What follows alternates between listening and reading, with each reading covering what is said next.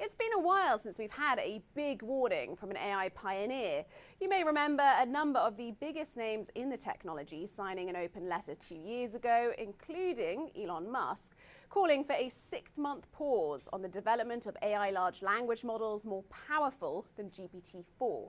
Well, that pause didn't happen, and global regulation around AI development is patchy to say the least. Now, the founder and CEO of AI company Anthropic, Dario Amodei, has refocused attention on the potential risks of AI in an interview with Axios. He says the technology could wipe out half of all entry-level white-collar jobs, causing unemployment to rise between 10 and 20% in the US over the next 1 to 5 years. It comes at a time where a number of big US companies are cutting jobs.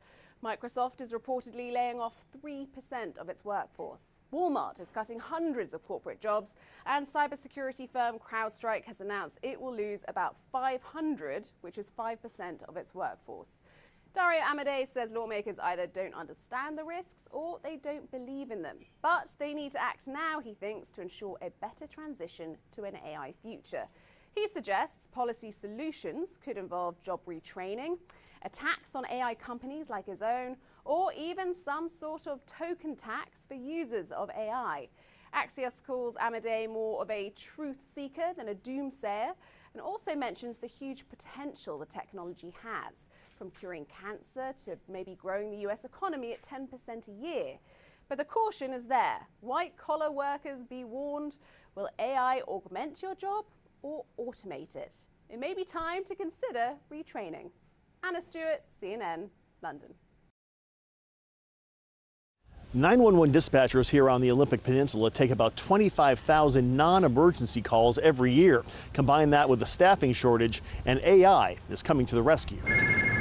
911, what's your location? Artificial intelligence is answering non-emergency calls to fire and police at the PENCOM Dispatch Center. About half of the calls to 911 are not for actual emergencies. Those calls take resources away from dispatchers who should be focusing on more serious matters. Compounding the issue is the fact that the dispatch center is having a difficult time filling open positions. It's only about half staffed. That is where AI comes in. Hi, my name is Ava, and I'm an automated assistant for Peninsula Communications. The new technology answers less important calls, allowing dispatchers to prioritize issues that need immediate attention. AI listens for keywords and even inflections in the caller's voice to sense trouble.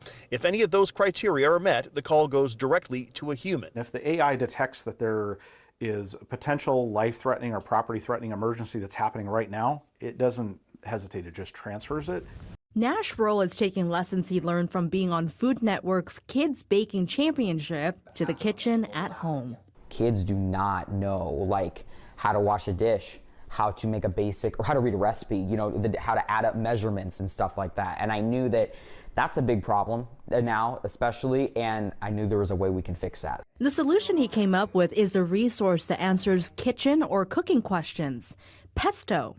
We like to call him, like, your super smart, judgment-free cooking buddy. Pesto is powered by artificial intelligence. Creating Pesto was the challenge itself. The learning curve was really fighting against what code can do and what software can do versus what I want it to do. After months of learning and hard work, the Can Cook app is live, answering questions about cooking, baking, or anything kitchen-related. And unlike other AI apps, this one is trained to only answer kitchen-related questions.